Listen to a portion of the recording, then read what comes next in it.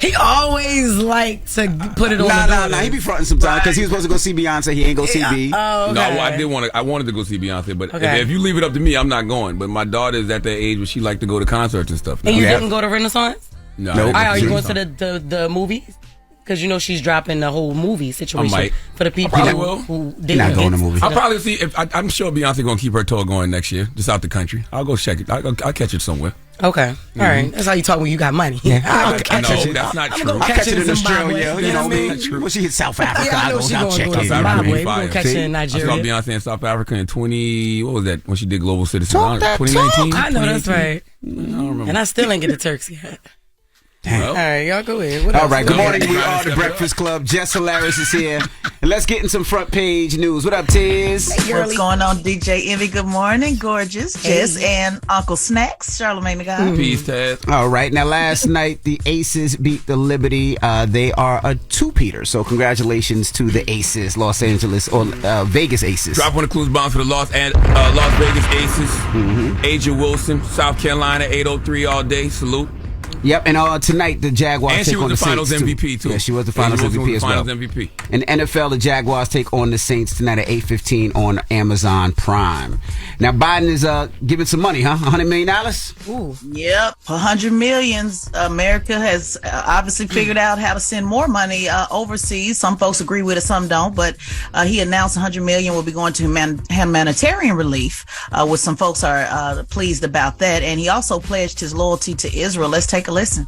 Today, I'm also announcing $100 million in new U.S. funding for humanitarian assistance in both Gaza and the West Bank. This money will support more than 1 million displaced and conflict-affected Palestinians, including emergency needs in Gaza. I'm here to tell you that terrorists will not win. Freedom will win. So let me end where I began.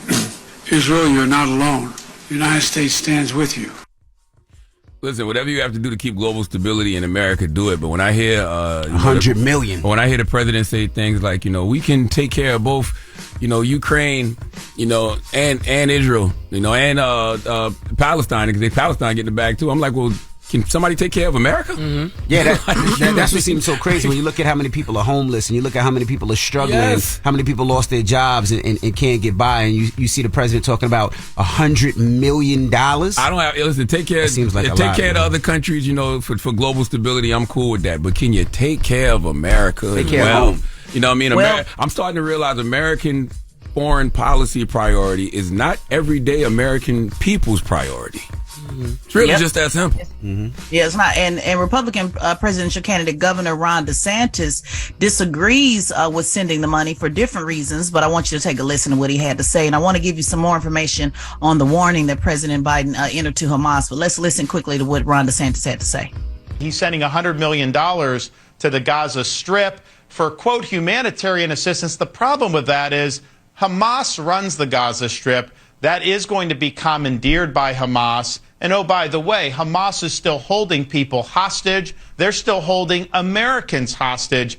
I would not send that money. And I've actually challenged all the other Republican presidential candidates to step up to the plate and join me in saying, don't send money to Hamas. Hey, man. So, Go ahead, Ted. go ahead, Charlamagne. No, I was just going to say, you got money for war but can't feed the poor, like Pac said. The money spent on the military, money spent on foreign policy, all of our tax dollars that could be used on struggling Americans. Like I said, I'm all for, doing what you got to do to keep global stability in America, but you got to take care of home first, man. Absolutely. Home is not being taken care of first. So while he's encouraging presidential candidates to step up to the plate and say don't send the money, remember the actual Republicans that can actually probably stop this or vote against this still don't have a Speaker of the House. So I just want to remind you of that, every day.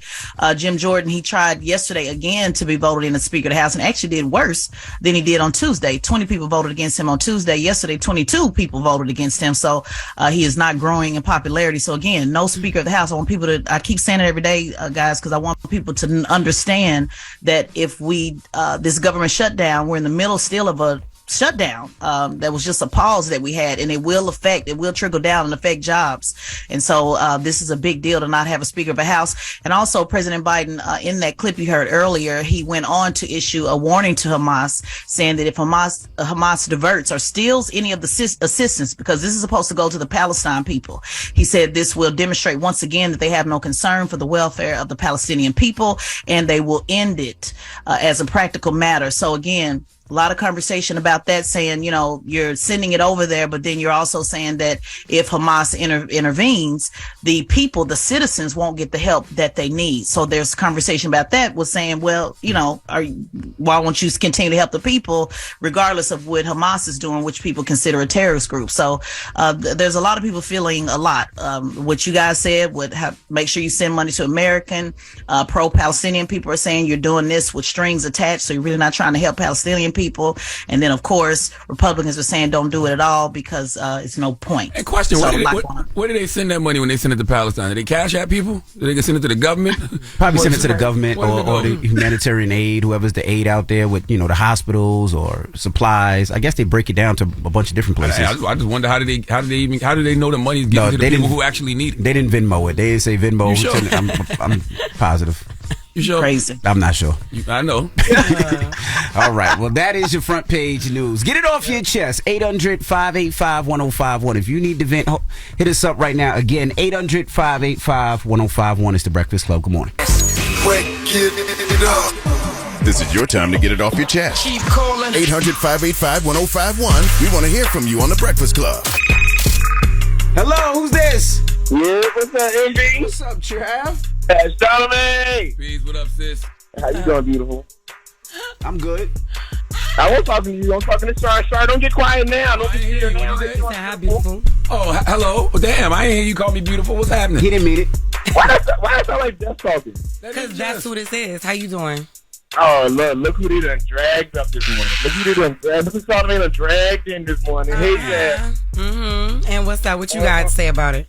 I ain't got nothing to say about it. Not now. Maybe tomorrow. Okay. Because I got something else to talk about right now.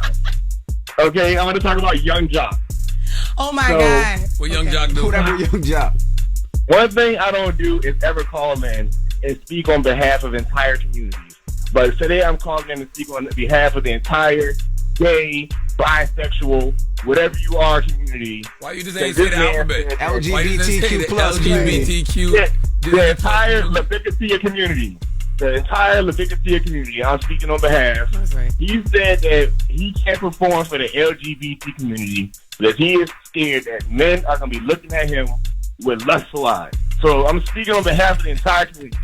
Young Jock, nobody looking at you with lustful eyes in the gay community. Meet me at the Don't bed. perform your song. It's going down. Meet me. Nobody gonna pay you no money. I mean, if he do say it's going down now, what would you think, Trav? Ain't nobody looking at Young Jock like that. I promise you, Jock, you can come perform and we just gonna party with you and you can go home. Okay. All right. Right. I'm sure Young Jock appreciates your vote of confidence, Trav. I know you're getting ready for his morning show that nobody's gonna listen to, but that's when the Trav. People do listen to Jock morning show. His morning show does well in Atlanta. Yeah. Oh, okay. All right. Jock and Miss Shanika. And that's the right place. That is. I wonder how they feel about that in Atlanta when I think about that. Hey, listen, his radio show does great. No, his radio show does very well. What you mean? Like I wonder because Atlanta's a very gay city. Yeah. Yeah. Well, He probably his phone line's probably going. I know. I will say this though. A lot of. Hold on one second, Alex. Go ahead. A lot of gay men. I mean, a lot of straight men do think that gay men always want them. That's not the case. That's not the case. But here's the thing: straight men think all women want them too. You know what I'm saying? Yeah. You know what I mean? So it's the straight men. It's the straight men fault. Yeah, it straight is. men just think everybody wants them. Everybody want them. Yeah. Charlamagne want me. That's right. You ain't straight. Listen, you ain't straight. How you doing, Alex? You actually crooked. And you two crooked niggas. This is crazy. Oh God. Hold on, Alex, man. Get it off your chest. 800-585-1051. If you need to hit us up now, it's the Breakfast Club. Good morning. The Breakfast Club. It's a new day. This is your time to get it off your chest. Wake up. Whether you're mad, or blessed? It's time to get up and get something. Call up now. 800-585-1051. We want to hear from you on The Breakfast Club. Alex, what up, man? What's going on, guys? How y'all doing? I'm good, brother. Get it off your chest, Alex. All right, so I just want to call because I'm currently in the U.S. military. I'm a veteran, and that $100 million kind of triggered me. That Biden is spending, and I probably shouldn't be saying it, but I'm going to say it anyway. The VA hospitals just don't, look out for us veterans that actually went overseas and protected the United States. It's crazy as hell that you just give $100 million and never take her care of home or elite the veteran. Listen, man, and that's why when Donald Trump says things like America first, whether he believes that or not, whether he's really telling the truth about that, it hits. People do. It hits. You know what I mean? The fastest way to lose support is when you're not taking care of home. Period. Yeah, exactly. And I just have one more thing before hang up. So I'm the candle guy as well that dropped off the candles. I'm also the veteran and stuff like that. Mm-hmm. I did an HBCU and mental health candle that I want to give some of the prestige to like HBCUs and mental health. I just want to know if y'all be able to help support it or hold on. Whatever. Are you the guy that made the Dallas Cowboy and New York Giants candle and everything? Yes, he is. Yeah. You gotta do something with your wick. You don't really have the little when you light it. It's called a wick. Yeah, it doesn't burn too good. Yeah, the wick ain't long enough. Yeah, I changed the wick now to wood wick.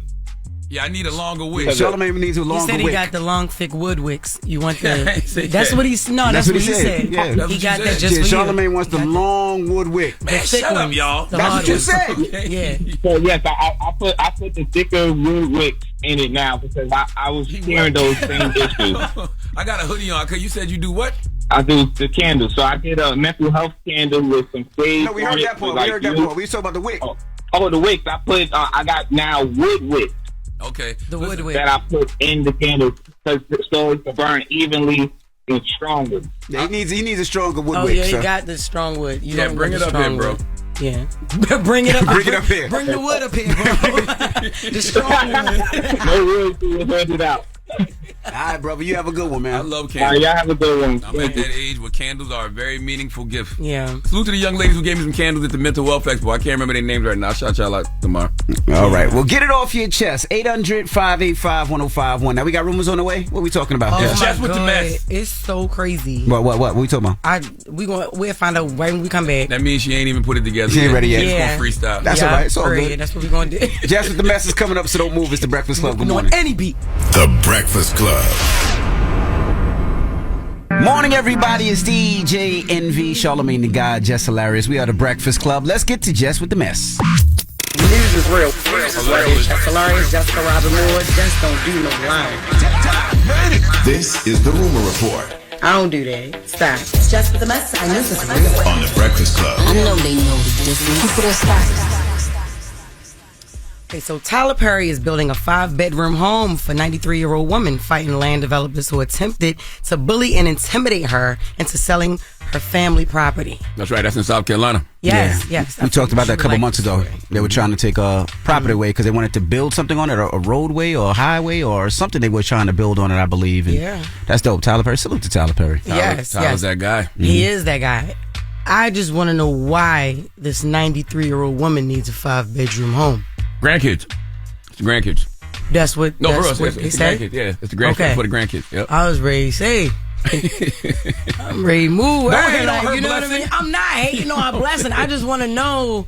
I'm like, okay, what he putting up? You 93, nice. You might not want to spend your last days in one room. You might want to go from room to room, but it is for the grandkids, though. Yeah. Okay. So it's for okay. So y'all did cover this before when. No, I just read that story. No, not this, but the woman who was getting. Yeah, we covered that before. Yeah. That they were trying to take a property and doing everything to try to get her property out of there. Yeah, my guy Bakari Sellers is representing her, so I've been following that case. Where do people?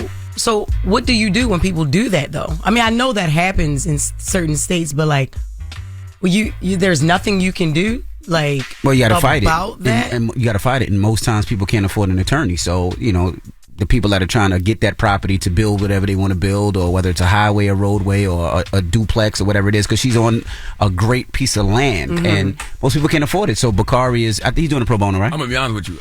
He's doing it pro bono. I just don't remember the details of the situation. Yeah. I just know but- what they're doing to her is wrong. Okay, and yeah. people are intervening. Even if she owns her property, though, they I still think it's can Ed's bully you and property. I intimidate forgot what you. it is. I don't know if it's Ed's property or the taxes. Don't give me the line because I don't remember. Okay. Okay. No, I mean, just not even specific to the story. I've heard stories like this before. Like, No, they come in and take can your actually property. take Yeah. your property, even if you own your house. I can't remember what the law is, but if they need that land for some type of development, Then a lot of they times they can- can take it and move you someplace else. Yeah, Lord and you got to Jesus, fight America. All right. Will Smith says he'll support Jada for the rest of his life. Yes, Jada participated in Brown Lecture Series at the Enoch Pratt Free Library in Baltimore last night. She was there to talk about her book, Worthy. And Will was there with their kids. Will was in Baltimore? Will was there. They was all on stage. How you make it sound like Will can't be in Baltimore? I just seen a video. Look like he was in Iceland or one of those places. He got a plane. Okay, you're right. Yeah, a couple. Yeah, Okay. but yep, he was on stage with his wife and their kids last night. He was standing there supporting her. We have audio to hear what he said. Can you love somebody forever, no matter what? Damn. Oh, boy was like, I saw you, man. I saw your face. You know, can you show up and love somebody for the rest of your life, even when you don't agree with them? There ain't nobody on earth except you, mommy. My mommy. I almost messed up. Jada's the best friend I have ever had on this planet. I am going to show up for her and support her for the rest of my life. Well, they already told us we ride together, we die together, bad marriage for life. They told us that already. They didn't say bad marriage for life. They did say that. They said that on Red Table Talk, and then they gave each other a pound. They said bad marriage that for life. episode? Yes. Bad They said marriage we for ride life? together, we die together, bad marriage for life. Yes. I can't believe They you. was trolling. I don't care what They you was believe. trolling. I'm telling you the truth right now. So it's up to you whether you believe me or not. But you should believe me even when I'm lying. See? But here's the thing. We don't know these people.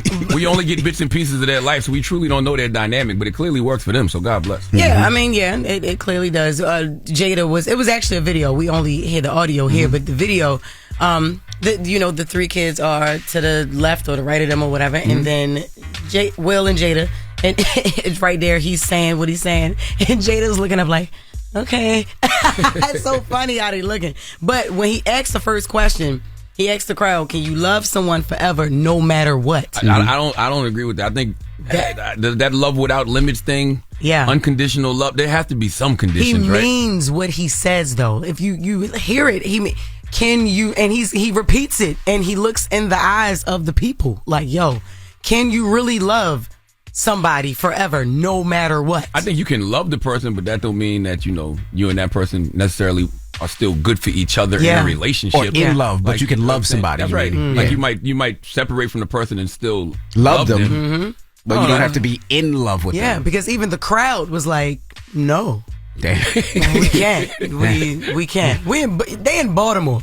They like, no, we can't." I think you can love them, but that don't mean you got to be with them. Yeah. You know what I mean? Or still share space with them in a relationship. You can still love that person. Yeah. Right. Yeah. You know? But you don't have to be in love with them. Yeah. I mean, you might even still be in love with them. You just might not be in a relationship with them. Yeah. It was interesting to see, their kids there, and they were happy and all smiling, as families are supposed to do. You know what I mean? But it was interesting because an insider of the Pinkett Smith family reported that Jaden and Willow feels bad for their dad because of all the stories about their relationship in the blogs, being told by their mom.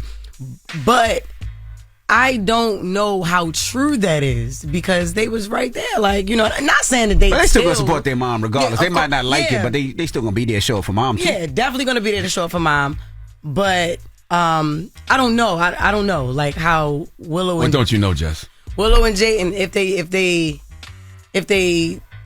they what, Jess? really feel bad for their dad. leave Jess alone. I mean, it's like, because listen, they get to see everything, Right. They see. I don't know if they still live in the house or whatever because they grown now, so they can very well live outside of the house. But I'm saying they seen everything. They seen their mom. They seen their dad. They seen everything. I think they probably seen almost everything. Almost I think everything. that there's mother and father dynamics that the kids don't necessarily see. There's things mothers and fathers do with each other that the kids definitely don't know about. You know what I mean? You'll never know the true inner dynamics of your parents' relationship. Of course. You just won't. Yeah. I mean, I guess that's why on Red Table Talk, Willow, she was just finding out some stuff too that her mother was saying, but I'm telling you, I know that they've seen some stuff in the house, and I just feel like they probably like, all right, they rolling with it. I don't feel like they feel bad. I just feel like, and if we ain't never hear them say that, dang said the insider of the Pinkett family said that. I hate when they say insider. Yeah, I don't know. Who else inside the house? Okay, nobody. If they didn't say it, I think they straight with it. That older son probably, I got my own mother. We good. You stupid. God bless my little siblings. But that is just with the mess. The moral of the story is go buy Jada's book. Word. Yeah, right. Yo, we ain't got time for Jussie Smollett's story. We can do it next hour. All right. All right, when we come back, we got front page news. Tesla Figure will be joining us. Why the producer's telling me look at my phone? Hold on, what they saying, man? We ride together. We die together. Bad marriage for life. See, they trolling. They laughing. I knew it. I knew I was right. They trolling. See, here's the thing about me. When I know I'm right, I don't try to convince you. And when I know I'm lying, I don't try to convince you. Yeah, it's trolling. I'm like, whatever. Bad marriage. All right. For life. Okay. Tesla and Figaro's up next. It's the Breakfast Club. Good morning. The Breakfast Club. Your mornings will never be the same. Morning, everybody. It's DJ NV, Charlamagne the Guy. We are the Breakfast Club. Jess Hilarious is here. I am. And let's get in some front page news. What up, Tiz? What's going on, DJ MV, Charlamagne the God, and Jess Hilarious, the queen of the Breakfast Club. Hey, girl. Now, congratulations to the Vegas Aces. They beat the Liberty last night for a 2-peat, so congratulations to them. That's right. Salute to Asia Wilson, South Carolina's own, Metro's own 803, and she was the finals MVP. So Asia's a whole legend. Asia got a statue outside Colonial Life Arena in South Carolina, in Columbia, South Carolina. So, salute to her and all her continued success. Absolutely. And NFL, the Jaguars take on the Saints tonight at 8:15 in New Orleans, and you can watch that on Amazon Prime. Now, let's talk about Netflix. Netflix is increasing its prices. Yep, again. Seemed like we just did this story. Well, we did. But get ready to pay more for Netflix. Now, the streaming giant hiked the monthly price up from its basic plan from $12, from $10, and its premium plan goes from $20 to $23. They're getting tired of the password sharing and all of that, which we talked about earlier this year, I believe. Netflix, they also added $7 for the ad-supported plans, and the price hike will take immediate effect. Now, the last time they raised prices was in January 2022. They issued a statement saying, as we deliver more value to our members, we occasionally ask them to pay a bit more. Our starting price is extremely competitive and more than what you will pay for a single movie ticket. They also said that they're doing this due to the economic pressure and from password sharing. But the math isn't mathing, because yesterday it looks like there's no pressure at all. In fact, Netflix profits bumped up 12%, so they're doing quite well. From adding these extra costs. The company reported a boost in subscriber growth as well, and again, they're cracking down on the password sharing as well. Now, by the way, actors, just kind of want to put that update in there. They are still on strike, which you guys, I'm sure, are aware of. They had a meeting on October 2nd with Netflix, Disney, Warner Brothers, Discovery to talk about AI and to get better deals on the streaming, on the residuals. And so that did not work. And so they're still kind of sitting on the fence with that one. And Ethan Hawke, you remember him from Training Day. He says the longer this goes on, the more angry and frustrated he is becoming. Yeah, Netflix is in a great space. And the reason they're in a great space is ain't nobody getting rid of it. Yeah. Well, they got a monopoly. It's literally the new cable. Because even if you don't watch it, you still pay for it. And we flip through Netflix now looking for something to watch. Just like we used to do cable. And that's the thing, though. I already watched everything, so now Tubi is the thing. But Netflix, what are we paying? Like, what is it? Like, all together? Because I don't know what I've been paying for months, for years. What is the price? Netflix might be charging us $100 a month. I have no idea. Right. Well, yeah. Let me see. It's going from $12 for the basic plan. Okay. So I got different plans. I want to say I feel like it costs a little bit more than that, but maybe I'm wrong. But that's what they're saying here on the report. There's $12. I honestly don't have a problem with them raising the price a little bit if everybody can use it, right? But if they only say 4 people or 4 TVs can use it, that's the problem. But you raising the price. And you raising the price. Tired of you doing those. They tired of you doing the password sharing. You can use it in the house, but people been password sharing, giving it to their cousins and mamas. And I'm not mad at that. Yeah. I'm You're not mad at the password sharing? No, I'm not mad at them cutting out the password sharing. You cutting into their profits. They still a business at the end of the day. Like they want every household to pay for Netflix. I ain't mad at that. Yeah, but if they raise raise the price a little bit and allow you to share your password with your family members, I don't have a problem with that. Yeah. Which are you talking about? Because we want to be clear. Because I remember we talked about this before on the password sharing. So just for people who are listening, in the house, people can use the password. They're talking about giving it to somebody. That's why I said every household. Household. They want every household to pay for Netflix. I'm not mad at that. Yeah, every household. I'm not mad at. If that was my company and my business, I would want the same thing. I wouldn't want people sharing. Well, London, you need your own account now. Damn. She been using mine for years. Yeah. Yeah. London right there. My manager, my cousin right there. Boom. London, you ain't buying your own Netflix? Yep. London said she can't do it. Can't do it. London said she can't do it. Netflix ain't going nowhere. Netflix is in hotel rooms. Yes. Netflix is on your remote at home. Yeah. That's what I'm saying. They really have a monopoly. There's nothing when it comes to the amount of movies, the amount of flicks, the amount of pictures, the amount of shows. Netflix is culture. And what's crazy, Netflix might not even have the best programming right now. Like, I think Disney Plus got better programming than Netflix. You think what? Disney Plus. Disney Plus? You said BT Plus. You scared me. You stupid. But Netflix. Well, somebody in the room Netflix has a movie on BET. Jess, somebody in the room has a movie. Jess It's BT like Plus, yo. It's not even BT. It's the Plus. What's it called? The last. What is it? The last what is? It's the Last Samurai. It's the site. The first lady of BMF. It's Anissa Rock story. Yeah. Y'all book Vivica Eddie. Vivica Fox want to come up here. Book Vivica. Let's do it. Coming with Judge Mathis? I don't know. Because he was in there too. Judge Mathis played Big Meats, don't he? What are y'all talking about? Y'all stop it right now. Leon was Big Meat. Front page news. No, Leon was Tanisha father. Let's talk about Rite Aid. Rite Aid is closing some stores now. Yeah, I want to give people an update on this. Rite Aid's bankruptcy announced earlier this week came to close, and so they want to make sure everybody knows the stores will be closing. It is due to lawsuits over the company fueling the opioid epidemic. They were filling illegal prescriptions for painkillers. So they had a lot to do with bankruptcy, and now they'll be closing 38 stores in Pennsylvania, 31 in California, 20 in New York, and 19 in Michigan. They said they would transfer prescriptions to nearby pharmacy to avoid interruptions. So Is that their fault, though? Wow. Like, if I go there to get a prescription filled, isn't that what their job, to fill the prescription? Yeah, but they were filling illegal prescriptions. How did they know they was illegal? I was ready to say that got to come from the doctor, right? Yeah, how do they know they were illegal? But maybe they wasn't checking, cross-checking. Right. Maybe but I know they got it. And again, it may not even be the liability may not even really be the issue. The bottom line is fighting all those lawsuits. Obviously put them into bankruptcy. So I can look more into that to see exactly why, what happened with what. But it's the report here is saying it's because they had to fight all those lawsuits from the financial and from slow sales. Not a lot of people how many people do you know go to Rite Aid? Yeah, I know. No.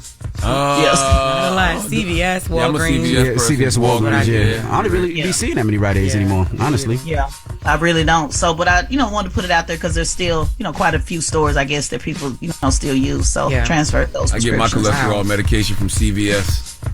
Oh my God, you want cholesterol medication? Oh my God. Yes, 45. Oh my God. Oh my God, no. All right. Well, that is front page news. Thank you, Tiz. Absolutely. All right. Make sure you subscribe to Teslin Figaro's podcast, the Straight Shot No Chaser podcast on the Black Effect iHeartRadio Podcast Network, and follow at Teslin Figaro on all social media platforms. All right. When we come back, Malcolm Gladwell will be joining us. The great Malcolm Gladwell. A 6-part series on his podcast, Revisionist History, about everything Americans get wrong about guns. And we're going to talk to him next. I love Malcolm Gladwell. His book, The Outliers, and Blink, and David and Goliath. I'm sure that if you're like me, you've read a lot of Malcolm Gladwell. All right. So we'll talk to him next. It's The Breakfast Club. Good morning. The Breakfast Club. Now you can relive the greatest moments from our 2023 iHeartRadio music. Yep, the world's most dangerous morning show, The Breakfast Club. Charlamagne the God, Jess hilarious. Envy had to step out for a second, but we have the great Malcolm Gladwell here this morning. Good morning, brother. Good morning. Morning. He just released a 6-part series. Revisionist History is back. What is the series about, man? It's about gun violence. Okay. I've decided to do an extended look at what we're not talking about when it comes to guns in this country. It ranges all over the map. We start out by making fun of the Supreme Court, which is surprisingly easy to do. There's this one case that they had 2 years ago, which is the New York City, where they struck down a New York State gun law that had been in place for 100 years. There's an exchange where two of the justices, Alito and Kavanaugh, are arguing with the lawyer for New York State. And their argument is that we would all be better off if we could carry handguns on the subway. And the lawyer for New York State is like, have you ever ridden the subway? Do you know what a gunfight on a subway would look like? And they're completely oblivious. I went on and on about this, like imagining it's a bunch of guys. One of the guys, Lito's he's like a rich kid from suburban New Jersey. Yeah. If he has ever ridden the subway in his life, I'd be very surprised. Kavanaugh's like a rich kid from suburban DC who, like, the closest he came to the subway was his mom's minivan. And they're having this surreal conversation where they legit think that if everybody on the A train had a Glock, we would be safer. Like, it's just like that level. So that's sort of one of the early ones. And then tell one story about a crazy story about a guy in Alabama who had a shooting in his home. And what happens when ambulance doesn't come because they think the kid who got shot is black. Wow. And then the last one is one of the most moving ones I've ever done. There's a guy, an ER doc at the University of Chicago hospital called Abdullah Price, grew up on the South Side, goes to med school, and then practices on the South Side. And that's, obviously one of the epicenters of gun violence in this country. I mean, I just sat down with him. I went to Chicago. I sat down with him, and he's sort of talking about the experience of when you don't know, when the people are wheeled in on the gurney on a Saturday night, and he'll know. Chances are he grew up with that kid. He told me, I think 15 people he grew up with have been killed by guns. I got so many questions based off what you just said. Back to the subway thing real quick. Yes, I don't think handguns, everybody having a handgun on the subway will make things safer, but people do feel safer when they see police officers with handguns on the subway. Absolutely. So how do you explain that? Well, because a police officer knows how to use a gun. Right? The problem, the guy even knows. The problem with a handgun is so hilarious. You talk to people who actually know a lot about guns, and they will tell you it is so hard to hit what you want to hit with a handgun, particularly if you're not an expert and you're terrified. So, like, if two people have a shootout on a subway car, they're going to hit everybody. They're going to be like, it's going to be mayhem. Like, this idea that everyone is cool under pressure when they're making a life or death decision with a handgun is nuts. Even police officers don't always hit what they're supposed to hit. I had a really fun discussion with a prosecutor in Brooklyn on this very question, and he was like, I've been doing this for 20 years. He's like, even cops rarely shoot straight. So why would we want to introduce more guns into a closed steel box running under the East River? Like, it's just but like, it's just the thing that's weird is just how out of touch. My real point was not to get into an argument about guns on the subway, was the idea that our policy is being made in this country by a bunch of people who are completely out of touch. Are they out of touch, or are the gun lobbyists just too in their pockets? Because when you look. Both. Yeah. They're just making these sort of abstract legal arguments, and I sort of wanted to. Why are they even debating gun control in Washington? Why don't they should take that show on the road?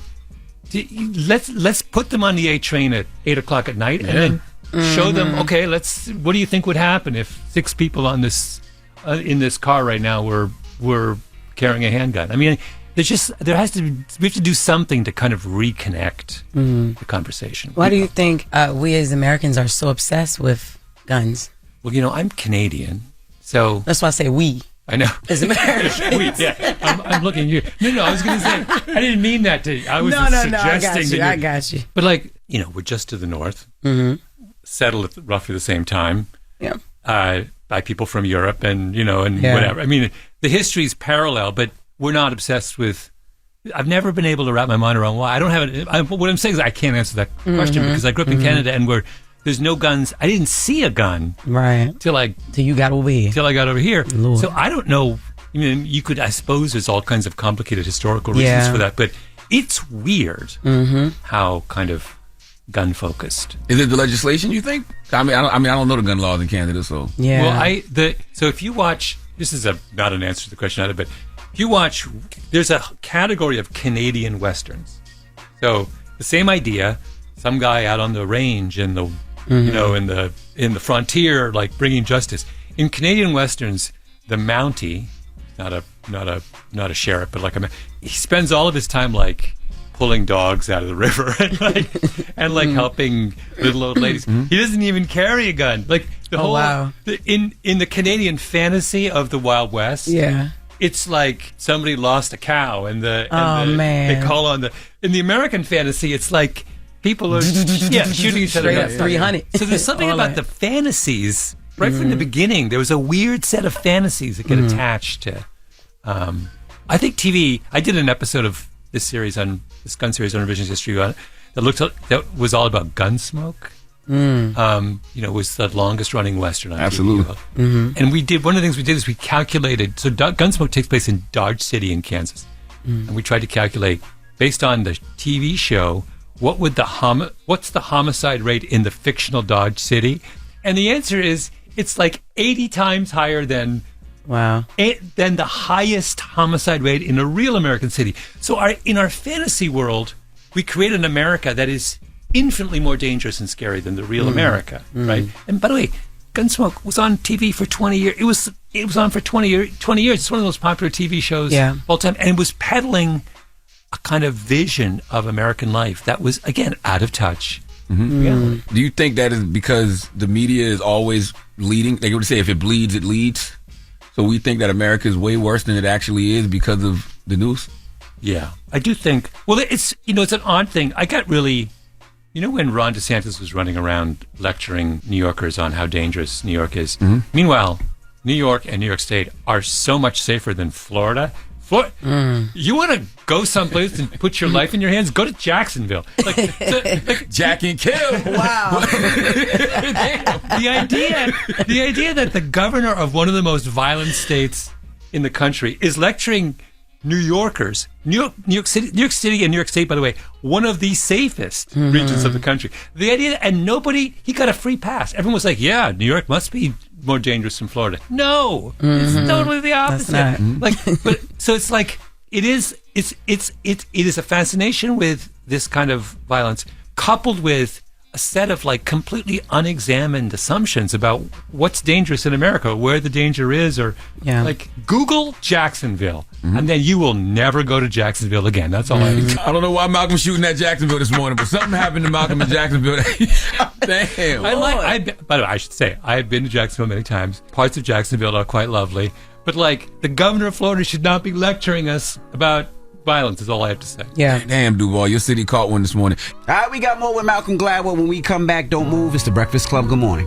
Morning, everybody. It's DJ NV, Charlamagne the God, Jess Hilarious. We are the Breakfast Club. We're still kicking it with Malcolm Gladwell. Charlamagne? You said that people we're not with the conversation we're not having about guns. What is that? Is it about the people? Because I feel like they always have conversations about gun control, but they never talk about the people who actually own the guns. There's that. There's all kinds of sort of weird things that we're not talking about. Yeah. We're not talking about the fact that hospitals, trauma centers should be where the victims of gun violence are. And we have a system right now in this country where sometimes we do, we don't always put medical facilities where they're needed. We put them where they make the most money. And so that's one thing we don't talk a lot about when we should. It's a huge issue. One of the episodes in the series, I looked at the question of a homicide rate, a murder rate at any given time is a function of two things. One is how much violence there is, and the second is how good is the medical care, right? If you get shot and you get taken directly to the hospital and they save your life, you're not a homicide victim. If the same thing happens and you don't get to the hospital in time and you die, you are a homicide victim, right? So a lot depends on how good your hospital system is. Yeah. And a huge amount, if we have situations like in Chicago, they did a study and they showed that if you were black, you traveled a lot further to a trauma center than if you were white, right? Like, that's something. Yeah. That's the kind of thing you should talk about. A big something. Right? You could save a lot of lives if you cite another thing. Or maybe they're not trying to save them. Maybe that's the point. Yeah. I think it's indifference is more than, or just like the amount of oxygen, like I said before, the amount of oxygen that gets taken up by our obsession with mass shootings when they're a terrible thing, but they are such a tiny part of the problem. The idea that that's all we kind of talk about and discuss about it's just weird.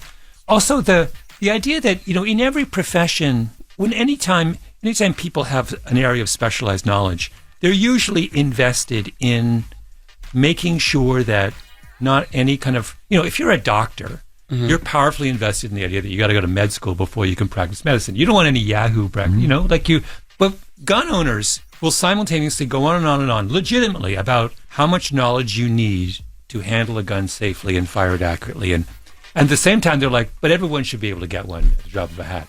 That's just dumb. It should be the gun owners who are supporting restrictions around gun use, because they're the ones who are aware of how legitimately difficult it is to handle a gun safely and appropriately. Yeah. I don't get it. I don't understand why gun control isn't being pushed by gun lovers. You know, I'm a big runner. I'm the last person who says everyone should run. Running's hard. You got to take it seriously. You got to know what you're doing. You got to prepare for it. I don't say you have a right. Everyone should have a right to run 10 miles in the morning. Maybe gun lovers are in a bubble because they know how to use their guns. They go to the gun range all the time. People around them probably know how to use their guns and go to the gun range. So in their mind, they're just assuming if you have a gun, you know how to use it. You know how to. I think that's probably I spent one of the episodes. I go down to North Carolina and I hang out with this guy, Greg Wallace, he loves guns. Does competitive shooting, and he gave me we fired an assault rifle, and he gave me a kind of tutorial on how to do it. And just from spending an afternoon with him, that's the thing I came away from. It's like you need. It's hard. There's a lot of, and the amount of caution he took. Like when I picked up the assault rifle and picked it up the wrong way, he was like, don't. It was fascinating just to see how in their own little world they're super cautious around. How'd you feel when you fired that thing, though? How'd you feel, Malcolm? Huh? Did you get a rush? Jesus. Did I get a rush? It was the first time I've ever picked up a gun in my life. Yeah. First time? First time. Okay. I was in a shooting range in rural North Carolina. I had an AR-15. It's really loud. It was creepy at first, and then you can't help it. You get a little rush. Yeah.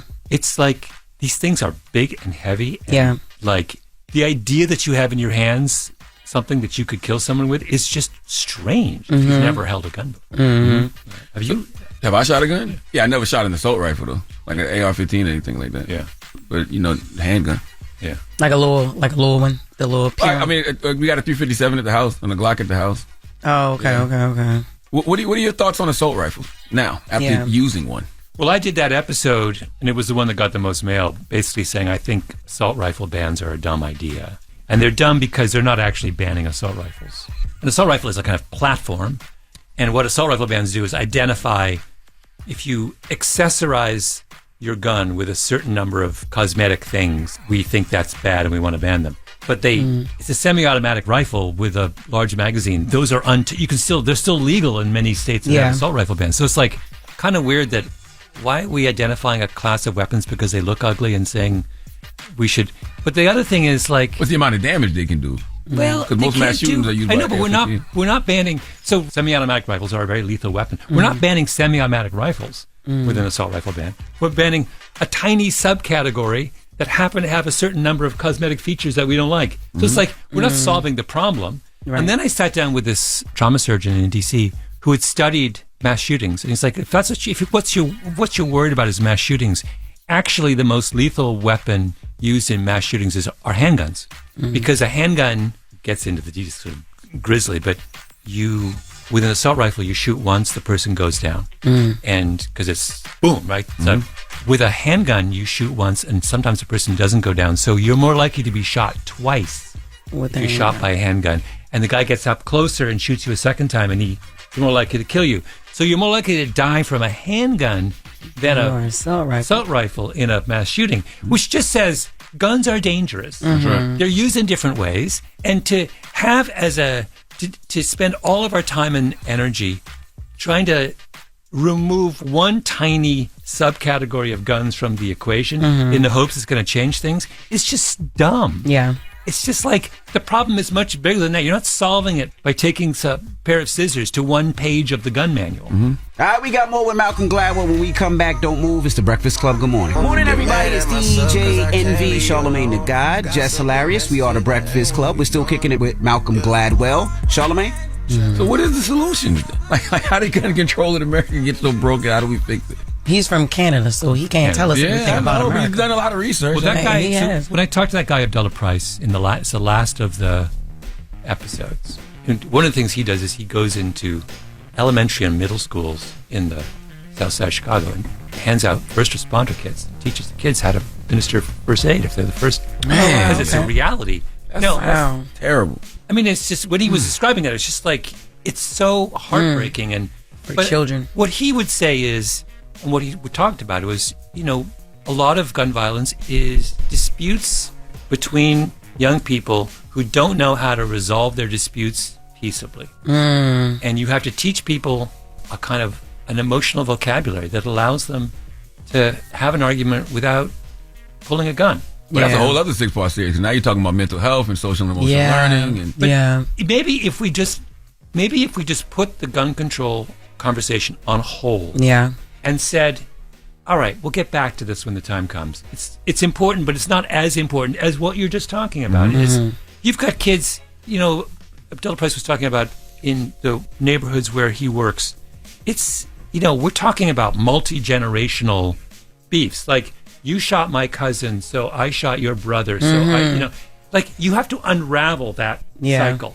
And that takes a lot of time and a lot of care and a lot of attention. And, if we just focused on trying to unravel that for a while and see if we make any headway, that strikes me as being a really productive way to kind of attack the problem. Yeah. You know why that makes so much sense? It makes so much sense because you probably can get people to move on that faster than you ever will get them to move on actual gun control. Yeah. I don't see any reason why people on both sides of the political fence couldn't rally around that. Like, why do we choose a fight that we know is the most divisive fight we can possibly have and that has zero chance of getting anywhere? Like, we're not getting anywhere with the court we have with gun control. It's not happening. Right? So, why do we just bang our heads against the wall? Why don't we do something that would have more? Would be effective. Yeah. 6-part series. Tell us what you got a book. You still working on the next book too? Well, now I put my Tom Bradley book on hold, and which turned into a book about anger and all this kind of stuff. So it's not about Tom Bradley anymore? It is. But what I got really interested in is... He got mad. I got interested in what strategies are available to the angry. Because it turned into this book about what it meant to be black if you lived in Los Angeles in the 30s and 40s. And this group of black guys who all go to UCLA in the 30s.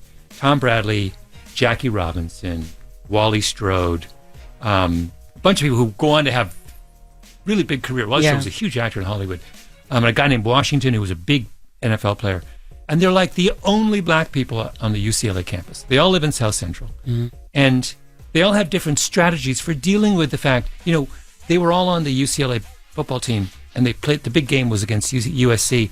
And they got hung in it. Basically, a fraternity on the USC campus has a mock lynching of the black players on the UCLA team. And they hang them in effigy outside the frat just before the big game between UC. This is what's going on in their lives. Right. So I've turned the book into an examination of what are the strategies available to you if you're in that kind of situation. If they're angry. Yeah. Right? As you would be if you grew up in LA black in the 1930s. And each of them, of the people I'm profiling, has a different strategy for dealing with that anger. There's one path is confrontation. I just start shouting. And there's a woman living in South Central. It's an incredible woman living in South Central who I write about. That's what she does. She just stands up and starts shouting. And then the other path is the Tom Bradley path, where you take all of your anger and you button it up. And this is a man, first black mayor of Los Angeles, endures the most unspeakable racist experiences, trying to come to political power in LA, and never once, lets on that he's been affected by it. I mean, he just is this serene, and that's another strategy, is you just pretend it doesn't exist, right? You turn yourself into someone else. That's not good either, though, right? Because it's like you're suppressing it. Well, what I'm interested in is there's no perfect strategy. Each strategy has a set of costs and benefits, and it's up to the person to figure out what the right. And, you've all done this in your life, right? You have sat down on some level, maybe not consciously, but you've sat down and you figured out, how am I going to deal with the baggage I'm carrying, right? And you have made compromises that, to yourself, to those around you. You have other times you've said, I'm not going to compromise. I'm going to be right? That's the. I want to describe that process because it strikes me as being anyone who has ever been on the wrong side of a power equation has had to go through that process. Everyone, right? Man. I want to kind of write a kind of guidebook to how you do that. But it's interesting what you said. You talk to any psychiatrists and therapists because before I started going to therapy, I would just either suppress like those emotions or conform. You know, in a lot of cases, and like that was actually a big life lesson that I learned dealing with an individual. Like, yo, I'm never compromising myself for anyone. So, did you talk to any psychiatrists and therapists or people that did the work? I mean, that book I'm only halfway. I'm just doing the part where I'm describing I have a whole chapter on there's a whole group of comics, comedians living in South Central in the 30s and 40s, and who are allowed to be in movies in LA only, of course, if they conform to a certain stereotype, right? There's the guy who has to play this kind of stupid butler, right? And he has little opportunities to kind of fight back, but he has to.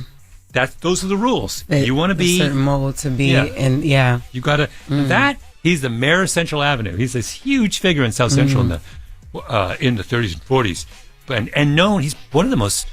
He might be one of the most famous black men in America. If you went to a white person from Iowa in 1947 and said, name 3 black people, he would be one of them. It'd be him and Joe Louis and so he's a huge figure. We've forgotten him now, but he's a huge. But so I tell one of the chapters is about his extraordinary story. That's interesting because some people will say that hasn't changed. Like you know, you still, if you're black, you still have to play a certain role, whether it's in hip hop, movies, or whatever, in order to have success. Oh yeah, no, I know. Yeah, that's absolutely the case. Well, listen, I know Malcolm Gladwell has to leave. The 6-part series, Revisionist History, is out right now. I love Revisionist History. I haven't gotten a chance to listen to this 6-part series, but I reference your McDonald's episode quite often. Quite often. But thank you for coming, my brother. Thank you. Thank you so much, guys. It's Malcolm Gladwell. It's The Breakfast Club. Morning, everybody. It's DJ NV, Charlamagne the God. We are The Breakfast Club. Jess Hilarious is here. Put your helmet on, Envy. Nope. I'm glad you finally got a helmet in your hand. I've been telling you that you need a helmet for a long time. Nah, I'm just holding up this helmet because of the sweatshirt you're wearing this morning. You don't even know what he's wearing. You got to look at it. A clown. Salute to Howard University. Even though I'm a South Carolina State alumni. I was ready to say. I got an honorary degree from South Carolina State. I'm a doctor. Take your hoodie off. No. Why? A little hair growing back? I don't have a haircut. Oh, you don't have a haircut? You have a bald head. I'll let you see. Since you want to make fun of people with alopecia. Oh, alopecia? You want to make fun of people? I got alopecia. You ain't got no damn alopecia. You ain't got no damn alopecia. You making fun of alopecia. Jada out here making it to where we don't have to hide no more. You know what I mean? But you out here making fun of us. Okay? Oh, wow. Me, Tupac, Jada, Pinkett Smith, and every man and woman out there with a receding hairline has alopecia. No. Yes. So explain why I was bald head last year. Why you was? Exactly. You had alopecia. No, I had wigs, a bunch of bad wigs that I kept ripping off. Don't play me like that. Charlamagne 2. Let's get to the rules and get to Jess with the mess. But it is called androgenetic alopecia.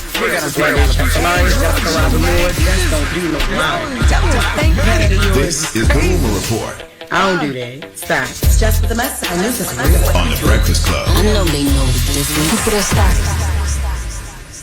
Jussie Smollett enters rehab after extremely difficult years. Okay, so TMZ reported Wednesday that Jussie Smollett will be starting treatment at an outpatient rehab facility. Okay, so I didn't know that he was he had a drug addiction. Okay, I didn't even know that. Jussie has had an extremely difficult past few years. He has quietly been working very hard for some time now. We know why he quiet.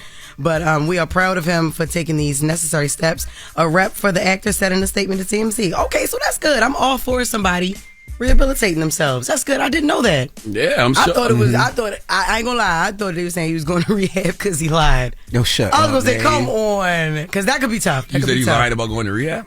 No. Hey, yo, what if that is a lie? No, it's not a lie. Exactly. I'm sure he's had a rough couple of years because, regardless of whether you believe him or not believe him, the backlash that he received from everybody was crazy. Yeah, it was crazy. That's a lot for anybody to do. But has he got back into acting? Have we seen him in any movies, any roles that we can remember since?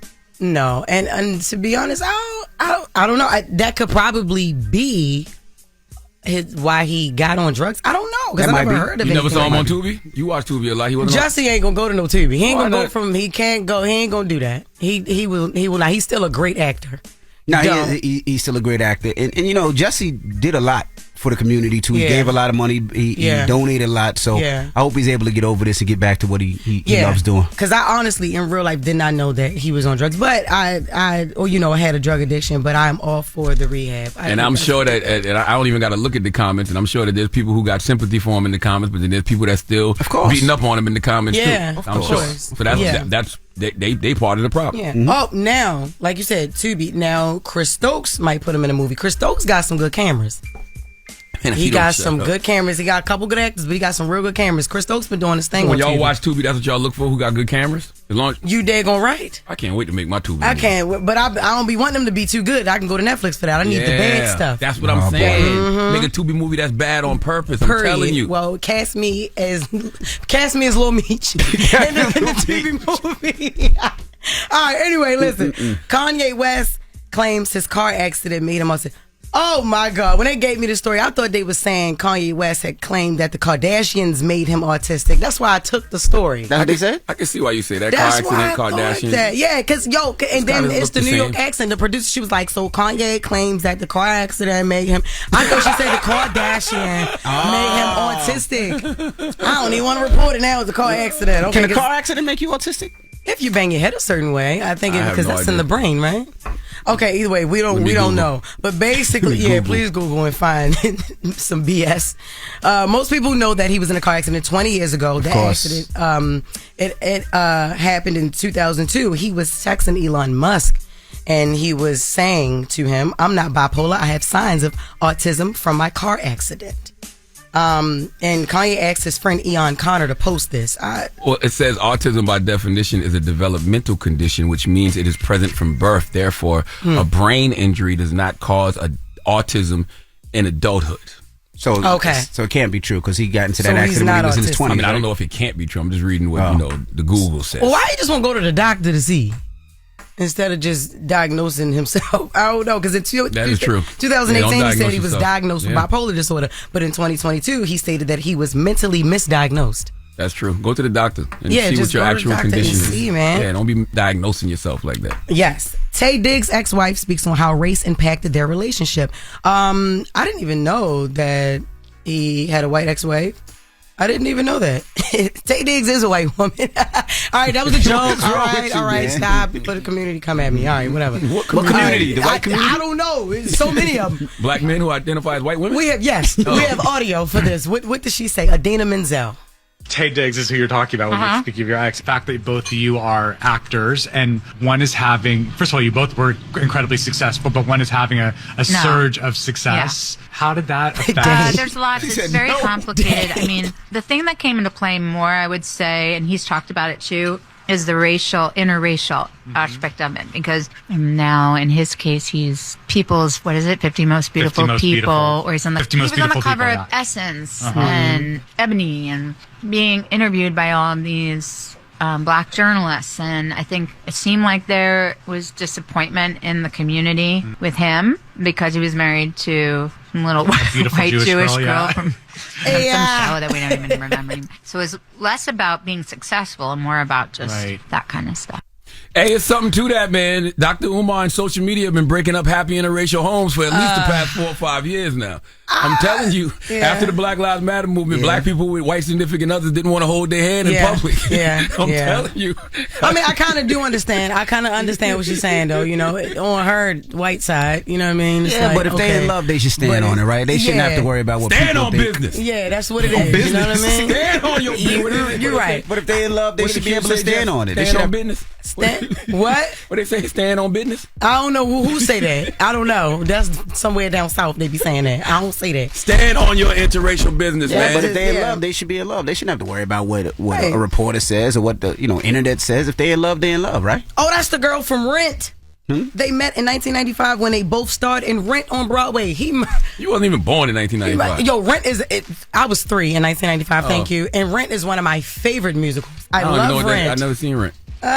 Well, either way, whatever. Leave Tay Diggs alone. Whoever he is with is who he is going to be with. I am totally against it. Stop. He just comes out of nowhere. Stop. Last story. I sentence you Stop. to 500 lashes. Jesus Christ. You know what? We gotta go, Jess. We gotta go. No. DJ Envy was the video vixen on Joel Santana and Lloyd Banks' music video. That's Beamer, true. Benz, or Bentley. I saw that on Wikipedia. Video vixen? You was a vixen? You was a video vixen in Lloyd Banks and Jules Santana, Beamer, Benz, and Bentley. First of all, he I was was laid not, out on the hood of the car. I was not in Beamer, Benz, and You was the ebony video vixen? Hey, yo, because I just learned that he was all black. So you was an ebony video vixen? I was in Back to the Crib with Jewels and Chris Man, Brown. you was in Back to the Crib too? Oh, I know you was topless in that one. You said you was in the back of the crib with who? Psycho. All right. That's the mess. And he was topless in the Chris Brown, Joel Santana video. In the back of the crib. with the niggas. I hate y'all. Oh my God. Charlamagne gave me the story. No, he gave that story? No, I didn't. He did give that story. Envy Reportedly used to be a video vixen. Yo, you ass. Speaking of cribs, who you giving that donkey we to, got man? 4 squatters that need to come to the front of the congregation. We'd like to have a word with them. All right, we'll get to that next. It's The Breakfast Club. Good morning. The Breakfast Club. Your mornings will never be the same. I was donkey up the day. Made it. Damn, the hee-haw again. It's time for Donkey of the Day. I ain't trying to be donkey today no more. They should be embarrassed by what they already did. I'm not making these people do these things. Called Donkey of the Day, and it really caught me off guard. Damn, Charlamagne, who got the Donkey of the Day today? Well, Jess hilarious. Donkey of the Day for Thursday, October 19th goes to the Anthony Maddox, Jeremy Wheat, Kelvin Hall, and Taraji Ford. Okay, 4 young men from Atlanta, South Fulton, Georgia. I don't know if South Fulton is Atlanta, so all of our ATL listeners don't get mad at me talking about South Fulton. I don't know if South Fulton is Atlanta or not. I don't know. Apologies if I let you down, Amaretta. But these 4 men were arrested in an Atlanta housing community for squatting in a house. Now, here's the thing about squatting. I have grace for squatters who actually need housing. The definition of squatting is the action of occupying an abandoned or unoccupied area of land or a building, usually residential, that the squatter does not own. I mean, look, we know the homeless crisis in America is out of control, and some people simply can't afford to pay rent because inflation is through the roof. That's why folks get so pissed off when they see America sending, hundreds of millions of dollars, billions of dollars to other countries. God bless Ukraine, Israel, Palestine. Do what you have to do, America, to keep global stability all over the world. But can you take care of home first? We got money for war, but can't feed the poor, said Tupac Shakur. Okay, hate to break it to you, but the American foreign policy priority is not the average American's priority. Okay? Really hard for some folks to care about what's going on in other countries when they can't even eat here, when they can't even afford housing here. So once again, America, do what you got to do to keep global stability, but could you also take care of home first, okay? Take care of home, because in our home, some people don't even have a home to go to. But here's the thing. There needs to be some rules and conditions for squatters. If you're a squatter, you are doing something illegal. It might be something illegal we can understand. Okay, like I said, if you can't afford housing, we get it. To a certain extent, because some squatters are just folks who didn't pay their rent. And even in some of those cases, I can understand because times get hard. Okay, I just told y'all that. People lose their jobs, can't afford to pay bills. I get it. But the only thing I would tell squatters is if you're a squatter, you got to act like one. Okay, you can't be in the house acting like you own the joint simply because you don't. But these 4 squatters in Atlanta didn't get the memo. Okay, they didn't get the memo that they might need to lay low. Let's go to WSB TV for the report, please. People who live in the Thaxton Reserve community say they've lost plenty of sleep the last 4 months because of the nightmare neighbors in this home. A lot of partying. They had an illegal strip club on the weekends. They say there was piles of trash at the home. People there raced in the streets. They say the air often reeked of marijuana. There was sporadic gunfire and horses. They would get live horses. One day they had live horses. They say they complained to police, but nothing happened. Then Sunday morning, neighbors watched as a SWAT team marched toward the home. You want to go in? Officers went inside and one by one, that's number 4, arrested 4 people. There was a weapon, a stolen weapon that was recovered from the residence. Police say the home was a mess inside. Neighbors say they learned squatters lived here. They say it took police a while, but they are extremely happy their sleepless nights are over. We were out walking this morning. We all looked at each other like, oh my God, we finally had a good night's sleep. 4 squatters in Atlanta. They were called the neighbors from hell. Okay, the neighbors said that the yard reeked of marijuana. There were random gunshots.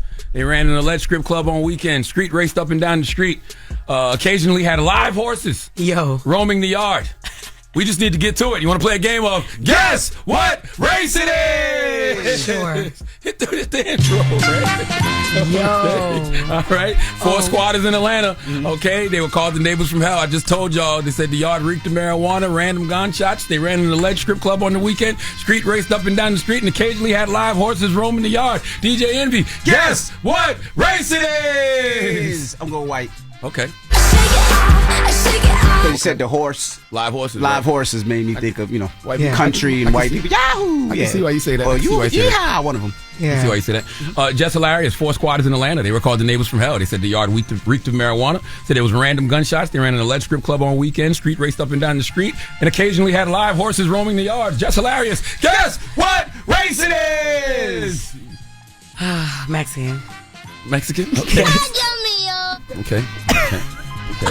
Okay. DJ Envy says. Can I ask her just why? No, don't ask him. Okay, Don't okay. ask him. Don't ask him. Please don't ask him. Don't ask him. We don't need a follow up. All right. DJ Envy, you said white. Yes. Jess hilarious said Mexican. I want y'all both to know. Let me show y'all the picture first. Before me show y'all the picture, I want y'all both to know that you both are absolutely wrong. Oh my God. Yo, they black? No, they are not black. Oh. This is pure, uncut, unapologetic nigga. Oh my God. I didn't even want to put that on as live horses. I really don't even want to say the N-word anymore. Surprising for me. That is so surprising. I don't want to say the N-word no more, but I couldn't even finish the story if I didn't. Okay. Yeah. This is why all the money going to foreign countries.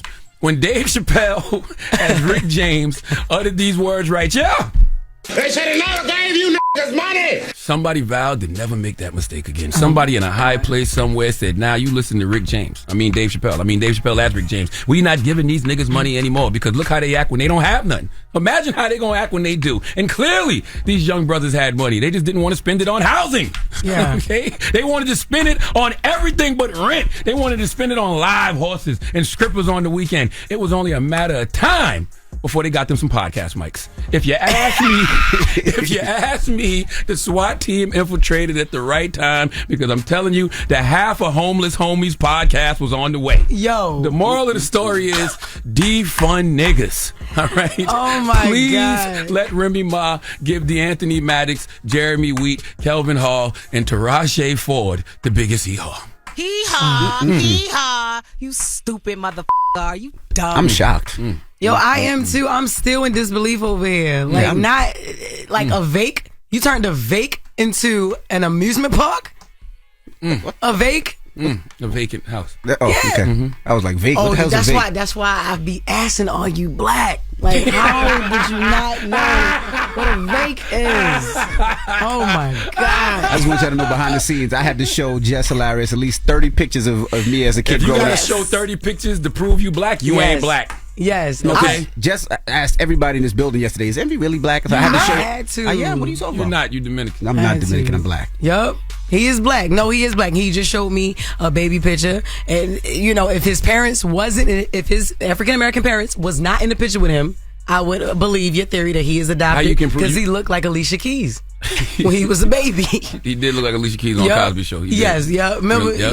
Yep. I remember that when Alicia Keys was on Cosby Show. Yep. He did Jesus look Christ. just like that. All right, BT, we'll see y'all tomorrow. Peace, BT. Bye, BET. Me no here tomorrow. Me no here. All right, when we come back, 800-585-1051. Will Smith was in Baltimore, and he said this when he was talking about his wife. Can you love somebody forever, no matter what? Oh, boy was like, Right here in Baltimore. I saw you, man. I saw your face. You know, can you show up and love somebody for the rest of your life, even when you don't agree with them? There ain't nobody on earth except you, mommy. My mommy. I almost messed up. Jada's the best friend I have ever had on this planet. I am going to show up for her and support her for the rest of my life. All right. Well, let's open up the phone lines. 800-585-1051. So I guess the question is, could you love somebody no matter what? Can you love somebody no matter what for the rest of their life? That is the question. Even if you don't agree with them. Correct. 800-585-1051. Let's discuss this. The Breakfast Club. Good morning. The Breakfast Club. Steady calling my phone. Made it. It's topic time. Call 800-585-1051 to join into the discussion with the Breakfast Club. Morning, everybody. It's DJ NV, Charlamagne the Guy. We are the Breakfast Club. Jess Hilarious is here. Hey, y'all. And if you're just joining us, we're talking about Will Smith. They were actually all out. The whole family was out in Baltimore. Of course, Jada Pinkett Smith's book was out, and they were at a book signing, and this is what he said. Can you love somebody forever, no matter what? Oh, boy was like, I saw you, man. I saw your face. You know, can you show up and love somebody for the rest of your life, even when you don't agree with them? There ain't nobody on earth except you, mommy. My mommy. I almost messed up. Jada's the best friend I have ever had on this planet. I am going to show up for her and support her for the rest of my life. So we're asking 800-585-1051. Can we love somebody no matter what for the rest of their life, even if you don't agree? That is the question. Yes. Start off with you, Jess Hilarious. It all is dependables. It depends. Because that's such an open-ended question. I mean, because yes, I can love somebody no matter what, even if I don't agree with them.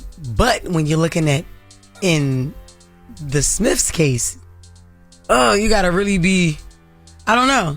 So I don't know. I can't say yes. I can't say no. I don't know. I could say yes. You can love somebody, and especially for them, they will always be connected, especially because they have two kids. Sure. They have two children. Yeah. So you can always love somebody. You can always show up for them regardless of right or wrong. You don't have to be in love with them. Yeah. But you could always show up for somebody. You know what I mean? You take your parents and your kids out of it because that's a different type of love. Yeah. But in a relationship, you could always show up for somebody, even if whatever it is that hurts them, you can still show up for them. Yeah. I think so. Well, you know what? I think I'm thinking more so in terms of just intimacy, just love, your love. Because to be honest, that's how I feel about Rome. That's how I feel about my baby father. Like, you would show up for him regardless. No matter what.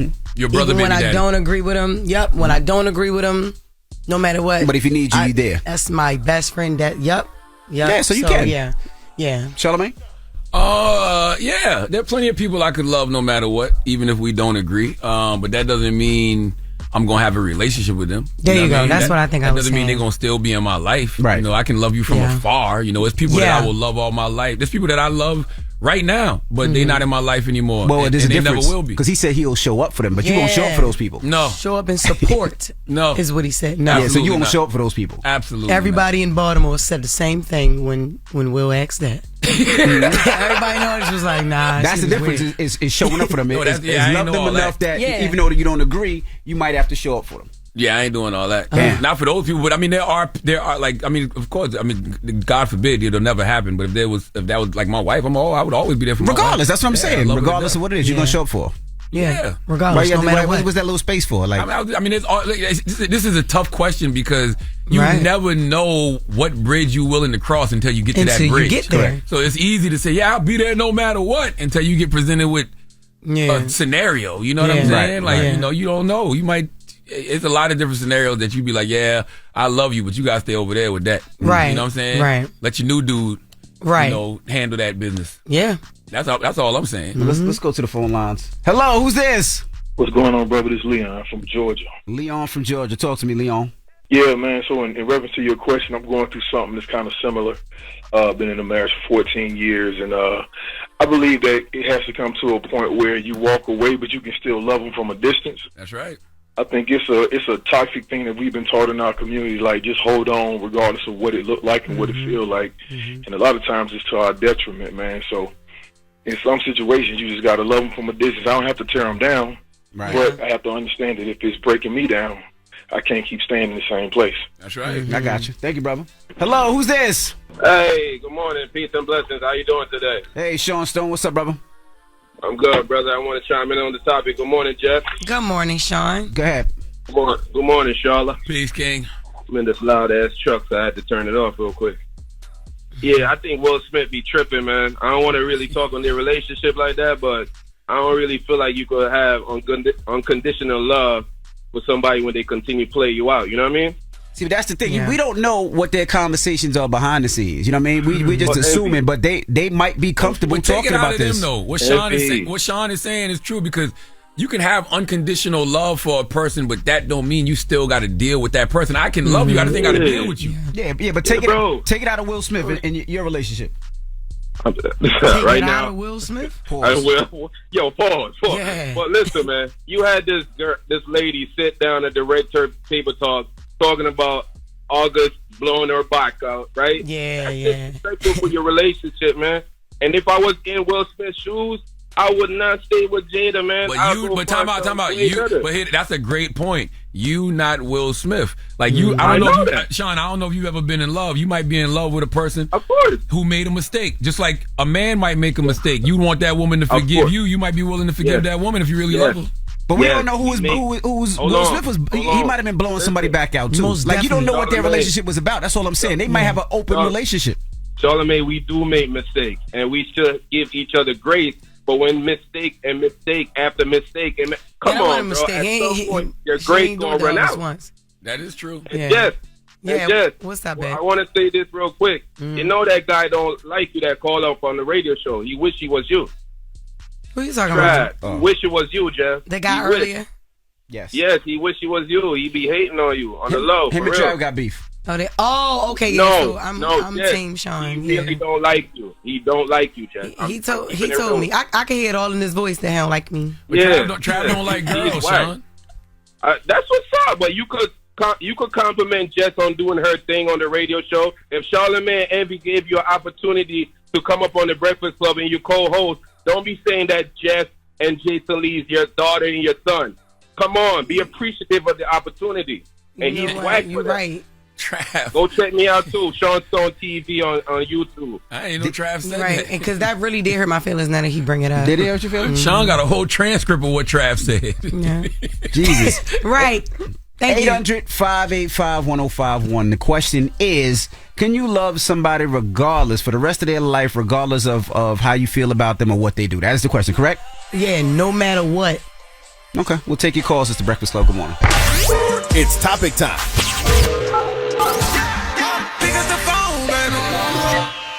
Call 800-585-1051 to join into the discussion with the Breakfast Club. Talk about it. Morning, everybody. It's DJ NV, Charlamagne the Guy. We are the Breakfast Club. Jess Hilarious.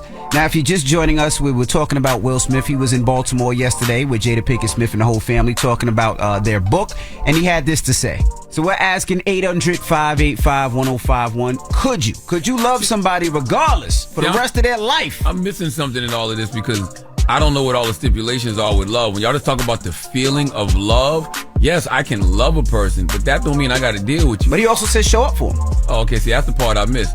That I'm not doing. Mm-hmm. But then to me, it's a case by case basis. There's people that I genuinely love right now who not in my life no more, but I ain't showing up for them. You ain't showing up for them. You know what I mean? Yeah. Love you from afar. You got to handle that. It's the same. Hello, who's this? This is Ashley from Detroit. Ashley, what up, though? But so I was going to comment on the topic about the can you stay with somebody if you don't love them or whatever. And I feel like a lot of people get married for stability and not love. I was talking to a guy and he said he was married for stability, so he's not necessarily in love with his wife, but they have a home, car, insurance, all that is required for him to live and required for her to live. And so they stay together. She cooked meals for him. He do work around the house or whatever he feels like a man's role should be filled in that situation. Mm-hmm. And she fills the role as a woman, and that's how they exist. And they're going to be together forever. And they're both okay with that. They're both okay with that. Well, she won't necessarily say it in the way that he says it, but she says it in a way that says, I'm not necessarily in love with this man. Like, this is not the man of my dreams. However, this is what he provides, this is what I provide, and this works. Okay. So we have peace in our homes for the simple fact that we don't have to worry about certain things financially or with the kids, or we don't have to worry about where we're going to go, or we're going to be, or struggle about certain things because we work together. Yeah, so they just settled. Thank you, Mom. For stability. That's just what it was. Hello, who's this? What's going on? It's Ace and Billy Rapper Crew. Ace and Billy. Talk to us. What up? Hi, Jess. I gotta say that first. How you doing? I'm good. But nah, I think women and children get love unconditionally, but not Jada. Damn. Wow. Got Will looking crazy. Man, could y'all stop? I gotta understand that Will was that guy, bro. Will was that N-word. He still is She that guy. treated him like he went on stage and Chris slapped him and told him to sit down. Man, can we talk about you? Could you love somebody unconditionally? Stop worrying about Will. Could you love somebody unconditionally, no matter what? Yeah, I mean, I could, but relationships is transactional. I mean, it's about how you make each other feel. No, and as long as we make each other feel, I don't believe relationships are transactional. Why not? Because I don't like that word transaction. Yeah. Transaction mean I give you something and you give me something. That's not how I base my relationships. I love you. But you gotta be realistic at the end of the day, man. A lot of people getting divorced is because of transactions. I don't mean monetary reasons. That don't mean I don't love that person, though. I'm just choosing not to be in this relationship no more. Okay, I can see that. Well, what's the moral of the story, guys? To me, the moral of the story is stop fumbling good people. Like, if you know a good human's in your corner, cherish that, nurture that. Stop acting like people are disposable and replaceable. Because I love hard. So if you're in my life and I grow to love you, I'm going to stand on that. If you do something to me that makes me not stand on that anymore, I'm going to move. Going to always love you, but that don't mean I'm going to still be standing here. That's all. Why are you looking at me like that? I'm just listening. Oh. That's all. Look at me with a sense of listening. disgust. Like, why? Well, Jess. Yo, I just feel like... Listen, I'm giving you a second because we got Jess with the mess coming up, and I'm giving you a second to know what you're going to talk about. Oh my gosh. I want to hear her moral of the story, though. All right. The moral of the story is just... No, I ain't. Okay, Jess with the mess. What See, we got? I told you. I was trying to guide her into safe zone, and you just let her go. Go ahead. The moral of the story is you just don't be with somebody unless you really, really love that person. Like, you can't be sitting there talking about, are you willing to stay with somebody no matter what they do? Because I don't care. Jada was looking up like, okay. Like, she was looking up like she didn't even agree with what he was saying. I don't care. Stop sitting here doing this for these people. Stop. That's why I hold Baltimore like, you picked here? You could have did this in Philly. Why are you talking like this to us? We don't even care. Like we know. We see what's going on. Oh, my God, man. We know Jada's struggle. We know. We should have just went with Jess with the mess. I told you. We should have just Jess with the mess. What we got? More Jada and Will. That's what we got when we come back. You sure? I don't think so. I don't think there's more. Y'all didn't even read the book. I don't even think there's more. Don't nobody else need to even read the book. All right. We'll get to that next. It's the Breakfast Boy. The Breakfast Club. Steady calling my phone. It's topic time. Call 800-585-1051 to join into the discussion with the Breakfast Club. Morning, everybody. It's DJ NV, Charlamagne the guy. We are the Breakfast Club. Jess Hilarious is here. Hey, y'all. And if you're just joining us, we're talking about Will Smith. They were actually all out. The whole family was out in Baltimore. Of course, Jada Pinkett Smith's book was out, and they were at a book signing, and this is what he said. Can you love somebody forever, no matter what? Oh, boy was like, I saw you, man. I saw your face. Can you show up and love somebody for the rest of your life, even when you don't agree with them? There ain't nobody on earth except you, mommy. My mommy.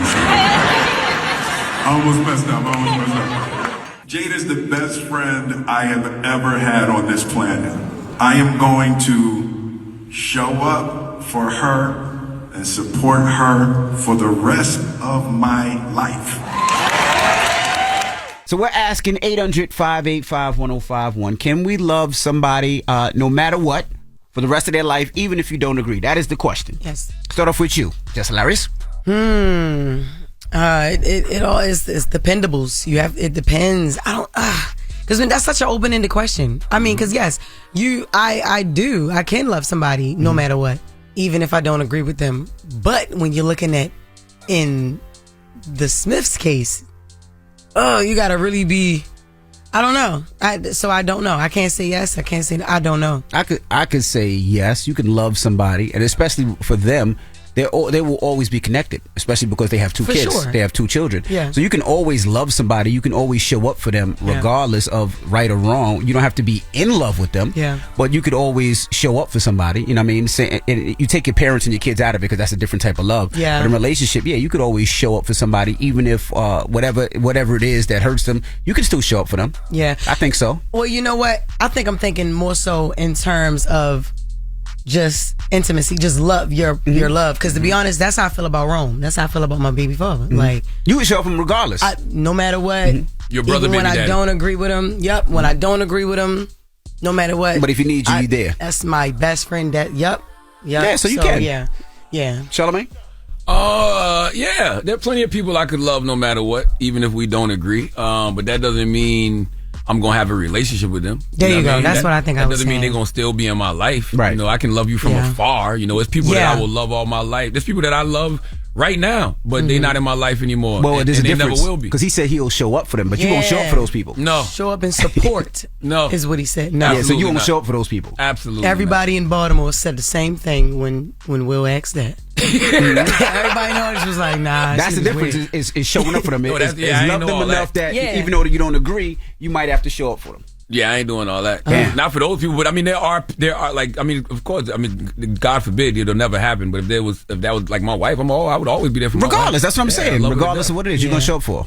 Yeah. Regardless, no matter what. What's that little space for? Like, I mean, this is a tough question because you never know what bridge you're willing to cross until you get to that bridge. You get there. Correct. So it's easy to say, yeah, I'll be there no matter what, until you get presented with a scenario. You know what I'm saying? You know, you don't know. You might. It's a lot of different scenarios that you'd be like, yeah, I love you, but you gotta stay over there with that. Right. You know what I'm saying? Right. Let your new dude, right, you know, handle that business. Yeah. That's all I'm saying. Let's go to the phone lines. Hello, who's this? What's going on, brother? This is Leon from Georgia. Leon from Georgia. Talk to me, Leon. Yeah, man. So in reference to your question, I'm going through something that's kind of similar. Been in a marriage for 14 years, and I believe that it has to come to a point where you walk away, but you can still love them from a distance. That's right. I think it's a toxic thing that we've been taught in our community, like just hold on regardless of what it looked like and what it feel like. And a lot of times it's to our detriment, man. So in some situations, you just got to love them from a distance. I don't have to tear them down, but I have to understand that if it's breaking me down, I can't keep staying in the same place. That's right. I got you. Thank you, brother. Hello, who's this? Hey, good morning. Peace and blessings. How you doing today? Hey, Sean Stone. What's up, brother? I'm good, brother. I want to chime in on the topic. Good morning, Jeff. Good morning, Sean. Go ahead. Good morning, Charla. Peace, King. I'm in this loud-ass truck, so I had to turn it off real quick.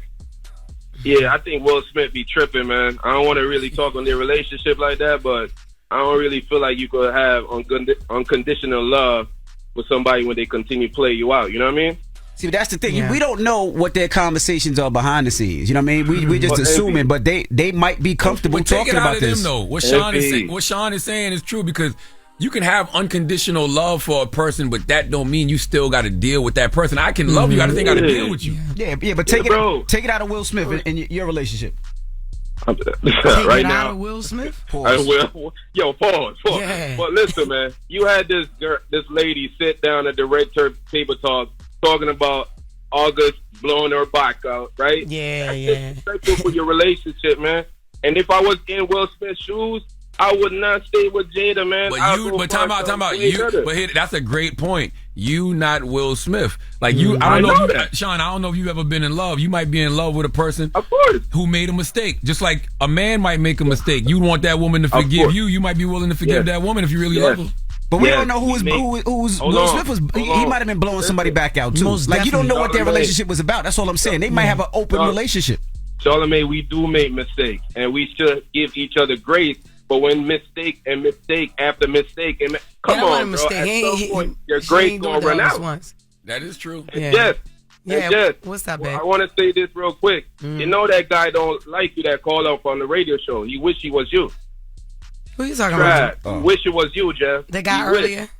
Yes. Yes, he wish it was you. He be hating on you on the low. Him and Trav got beef. Okay. Yeah, so I'm Team Sean. He really don't like you. He don't like you, Jeff. He told me. I can hear it all in his voice that he don't like me. But Trav don't like girls, Sean.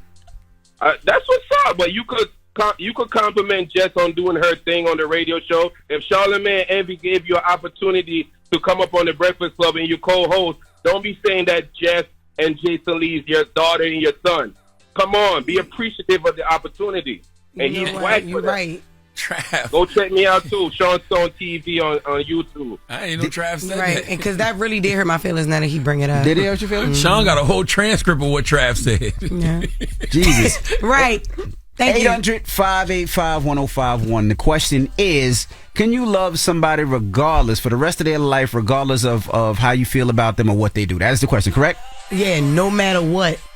Okay, we'll take your calls. It's the Breakfast Club. Good morning. It's topic time.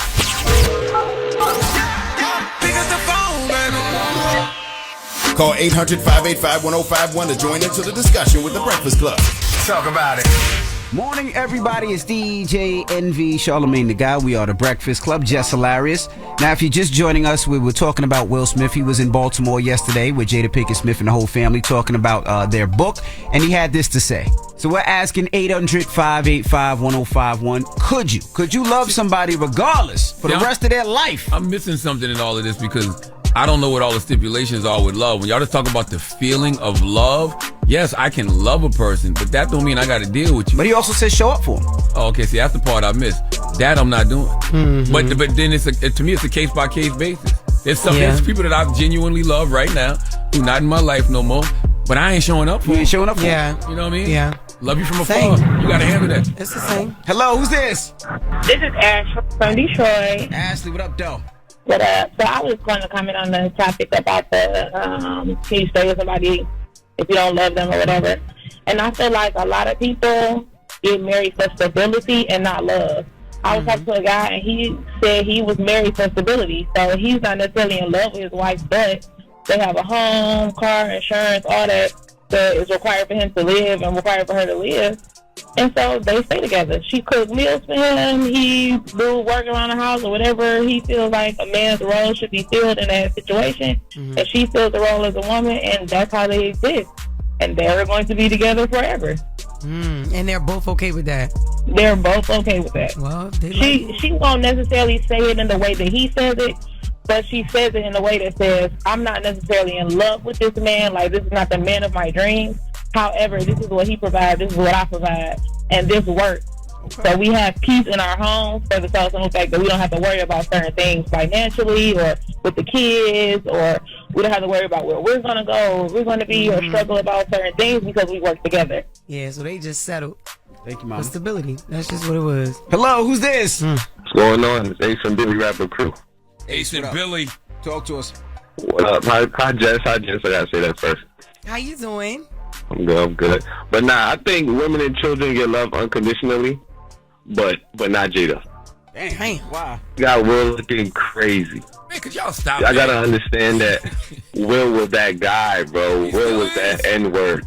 He still is She that guy. treated him like he went on stage and Chris slapped him and told him sit down. Man, can we talk about you? Could you love somebody unconditionally? Stop worrying about Will. Could you love somebody unconditionally, no matter what?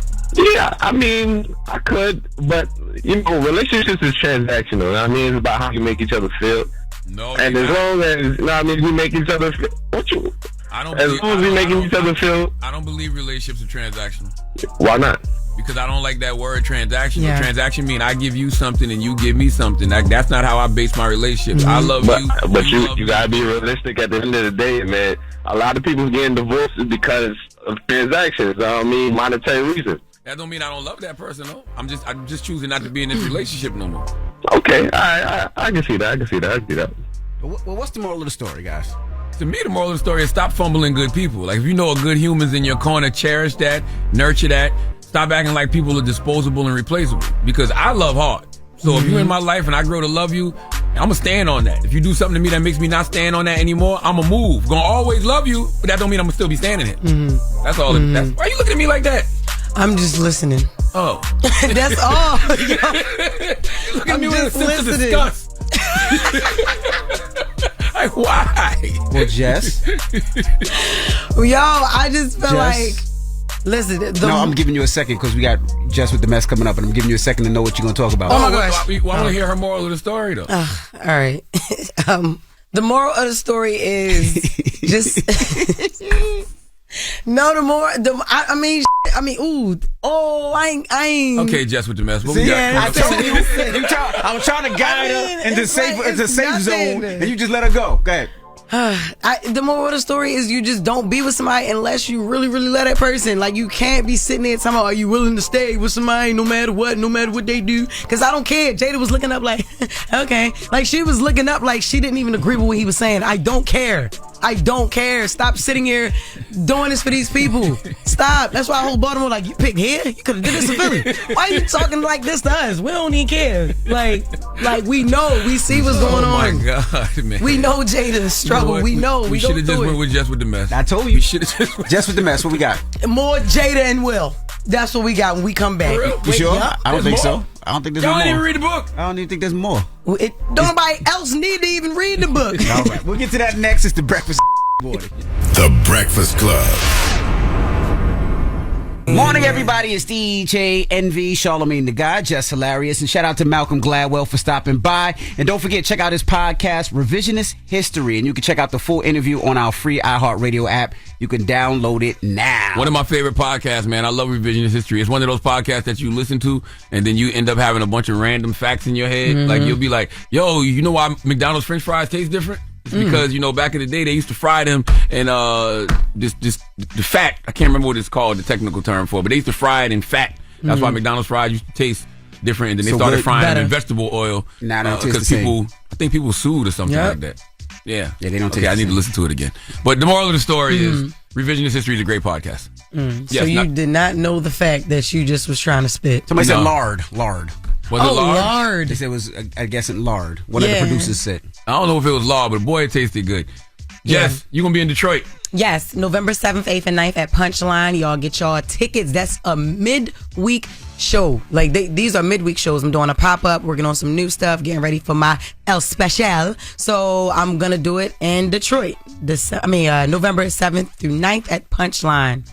I'm doing it. Go to JessHilariousOfficial.com. Yes, to get the tickets, or you can go to punchline.com. But definitely go over to my website, JessHilarioSofficial.com, and also order your Doctor Who while you over there, because we extended the 50% off sale.